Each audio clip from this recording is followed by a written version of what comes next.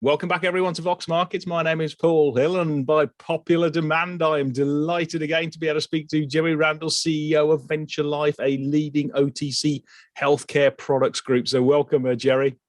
Thanks, Paul. Good to talk to you again.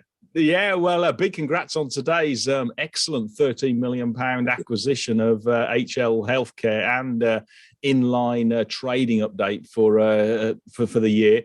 Maybe you can start on the actual deal. Can you take us through the sort of top level strategic logic and sort of synergies that you're hoping to achieve sort of over the next 12 months? Yeah, sure. It's a really interesting product. Been on the market in the UK for a good number of years, international exposure. But it's a fantastic positioning because it's a natural product, no drugs, no alcohol or anything in there. It serves a real poorly sort of met need. And in particular, since 2018, the NICE, the National Institute for Clinical Excellence, has said to GPs, you can no longer do earwax removal. And so people are having to go to audiologists. You're seeing it in the ophthalmologist as well, where you go and have your eyes tested. They also test your ears. So there's been a real growth in that space. And I don't know what it's like when you were a kid, but if you have problems with your ears, your mum always stuck olive oil in your ear and it seeped out over the pillow and got all sticky and messy. The great thing about the product we bought here is a nice patented metered dose delivery device, nice spray into your ear. So it covers nicely but doesn't all leak out. And, used for 7 to 14 days, nicely loosens that wax. So it either comes out naturally or can be washed out. And it's particularly important now with, increasingly aging population, more use of hearing aids where the proper use of the hearing aid, particularly the more technological ones that go smaller and smaller, you have to have sort of clear ear channels for them to work. So again, it's a really sort of growing area. And that area, earwax removal, has been growing, consistently for a number of years. I think grew 13% last year as a market. So really good opportunity, nice product sold in pharmacies and groceries, medical device, fits exactly where we are, good for international expansion. Ultimately, we can bring some of that manufacturing probably in-house on maybe on the international side at the moment.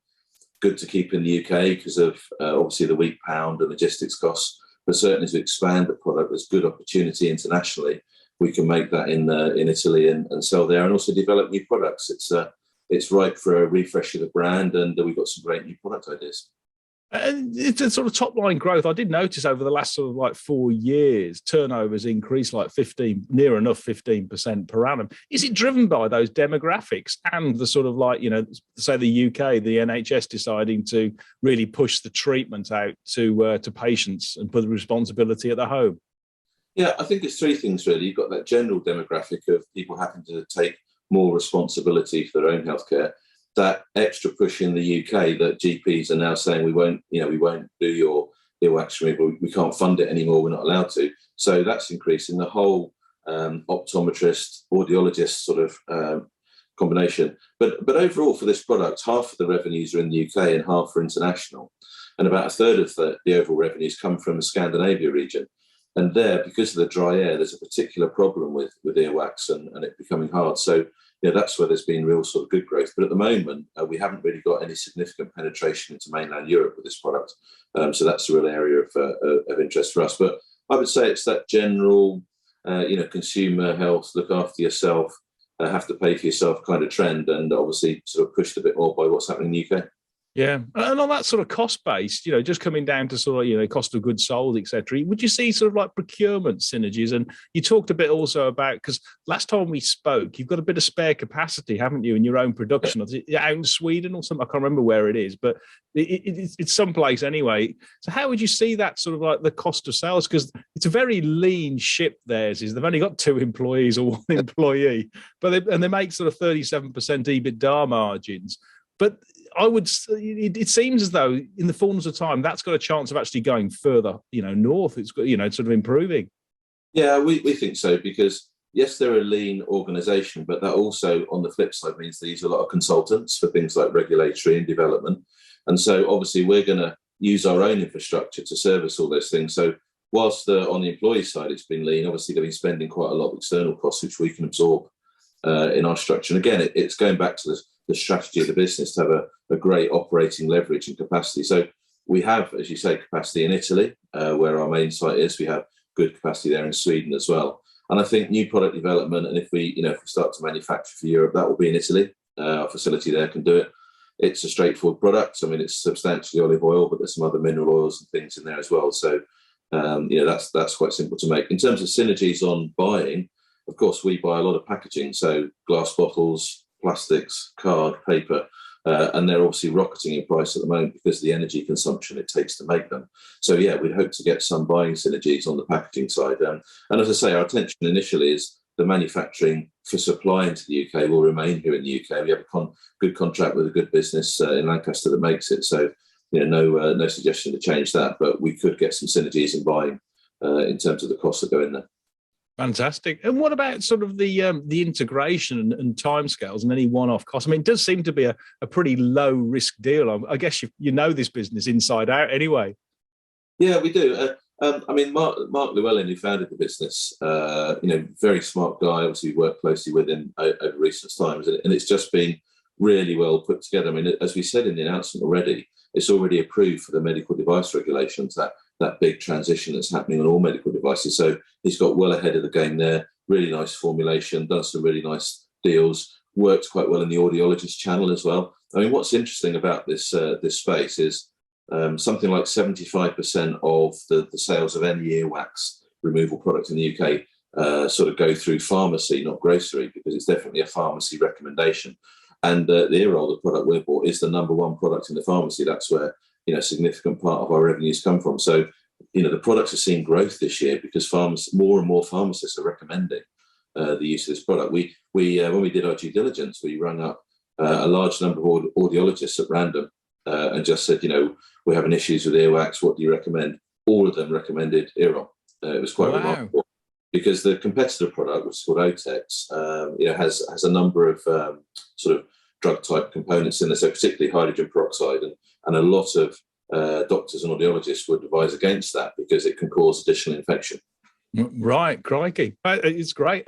In terms of sort of like, I was looking through the AR, or understand that the annual report. You've got some carried forward tax losses, which may be you can actually use it. Is that correct? Yes, that's correct. Yes, yeah.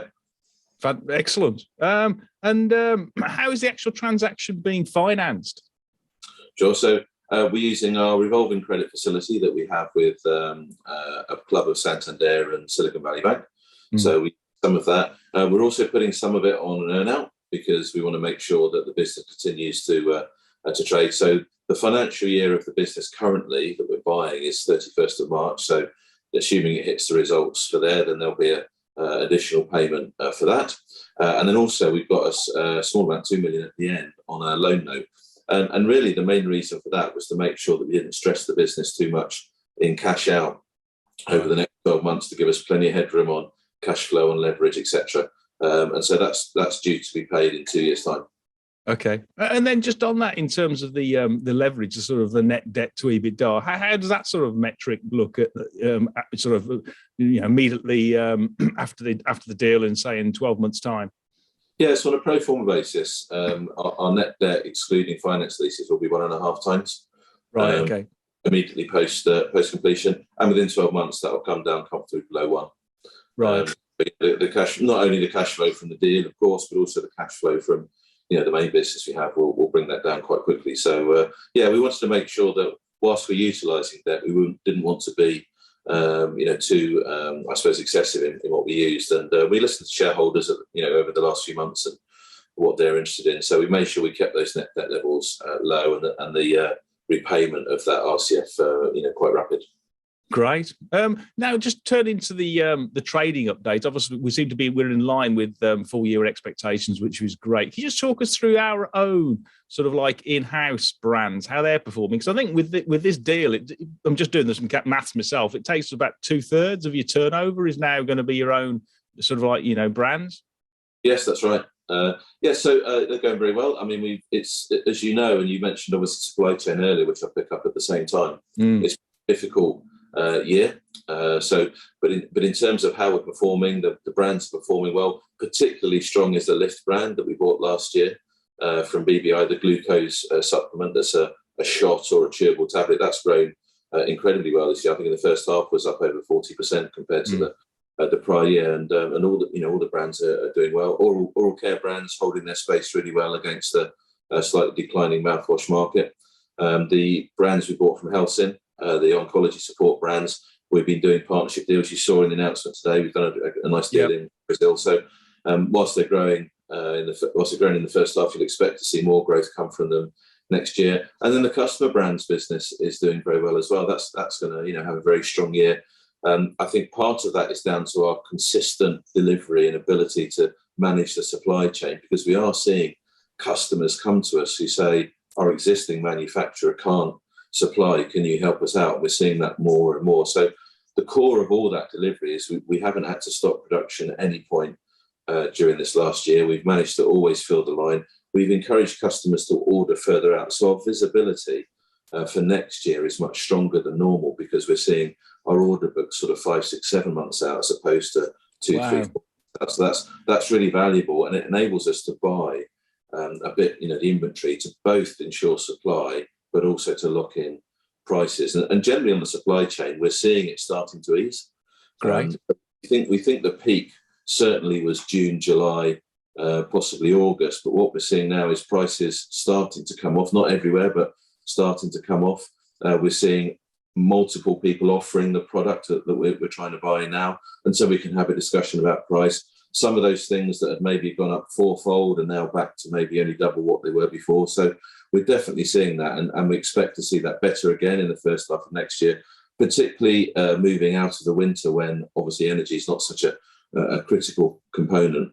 We had expected to see some packaging manufacturers actually stop producing for the winter because of the high energy costs, but in fact that hasn't happened, and they're all still operating. So yeah, if 100 was the worst, 100% was the worst, I wouldn't say we're at 50%, but we're probably sort of 80 to 90% in terms of the top. So we're definitely seeing those signs of improvement in the supply chain, and expect that to continue into next year, absent another Italian friends say absent another black swan, and we've had 3 of those in the last 2 years. Yeah, I know. Yeah. What about China? Because obviously they've been going to lockdowns, but there must be enormous pent up demand out there, because obviously Shanghai and Beijing have been struggling, but seems to be a sort of like it's difficult to say to a certain extent, but there does seem to be an easing of lockdowns just because of all the protests. But what's your take, and what sort of timescales do you see sort of China developing? Yeah, so I think obviously it was in the news, I think today, that they alleviated some of those, I think shortened the period for isolation and made us at home. So, certainly our partner out there, we've got very little in our forecast for China for the future. We're being very cautious there, but our partner out there has now got their stock. We shipped it to them in the first half. That's now out of Shanghai because it unlocked, and they're starting to sell. So that's picking up. I think the online side is picking up much quicker than the offline side, because obviously offline still relies on stores to be open and people going to stores. So I think we don't tend to sell a lot into that. Most our stuff with our partner goes online. So I think the online is picking back up nicely. Offline will be a bit more difficult. But I think it's going to be another year probably until you start to see China begin to operate a bit more freely. But it will always depend on what the rulers do, what the Communist Party does, because there was an expectation, I think, that at the conference in November they would take away or significantly reduce the zero COVID policy, and they didn't. And I think that's why you saw, a lot of those protests, coupled with the people who died in the building that caught fire. But I think there was an expectation that would be sort of attenuated a bit, and it wasn't. And so that I think in China was the backlash from that. So China is still a tiger by the tail. Definitely, great opportunity, but I think you have to have realistic expectations about, how long that might take. We know the products so well. We know they're selling out and selling out in China, but I think it will be a slow burn. China. Yeah. Okay. So putting all that together, when we look to sort of to next year, the half year we had sort of like good sort of top line growth, etc., with the acquisitions coming through, but we had sort of also margin increasing because of the mix improvement. How are we seeing sort of like setting up for 2023? Because I think it does look as though, looking at Singer's notes, you're going to get quite good organic growth next year on top of the acquisition. Yeah. So looking into next year, like I say, I think the first thing to alight on is the order book. Because you've got much more visibility. And if you look at our business, let's look at it before the recent acquisition, but about 30% of our revenues are sold into the UK direct to retail. So we don't have a long order book for those. You know, they're ordering weekly. Yeah. So the other 70% is where we have the order book. And that's, you know, it's sort of more than double the size that it was a year ago. And some of that's growth, but a large part of it also is this further ordering forward. So we have good visibility. We're seeing, as I say, good growth in the Lift brand this year. Balance Active is doing well. We have the agreement with Bayer, as you know, where they sell Balance Active under the Caniston brand as Balance, and that's growing 30%, you know, through the course of this year. So we're seeing really good growth coming out of those areas. And then when you add on, you know, the ERL opportunity, that brings, you know, really good gross margin improvement as well. You know, it's good high gross margin business. So all of that sort of visibility and the growth in our brands will add to a good year. I think everyone's, of course, you know, nervous, and we get asked about, you know, how's consumer demand going to be. I think what you're seeing at the moment is obviously the sort of retail end, the white goods, fashion, things like that are really suffering. You know, the Maid administration, I think Jules as well, and other brands. But we're not kind of seeing that in the OTC niche state healthcare, which is where we sit. Certainly don't see that so far. So you know, at the moment, our order book's looking strong going out. The results are good for this year. So what we expect to see next year, a bit more margin improvement, obviously adding the ERL acquisition in, but also you know, the growth generally in our operating leverage. We're seeing supply chains start to ease. We're actually still building into our forward numbers increasing costs on the supply chain. So we've built in some contingency to cover that. But I think in reality, it's probably going to start going the other way. I think consumers will push back on price increases. So we're doing all we can to anticipate that. We're looking at our cost of goods, packaging, minimising where we can, both from an ESG perspective, but also from a cost perspective, to be ready to absorb any consumer push on prices that comes back. Yeah. Well, as I say, having that visibility is great, and likewise with the recurring revenue streams, all, you know, from the consumers, you've got that brand loyalty. And I was just actually having a look at the new revised Singer's note from today, and they've got turnover going up from sort of like 40.8 million for this year's their estimate to 50.4 million. So good 20% plus, you know, like year-on-year growth there.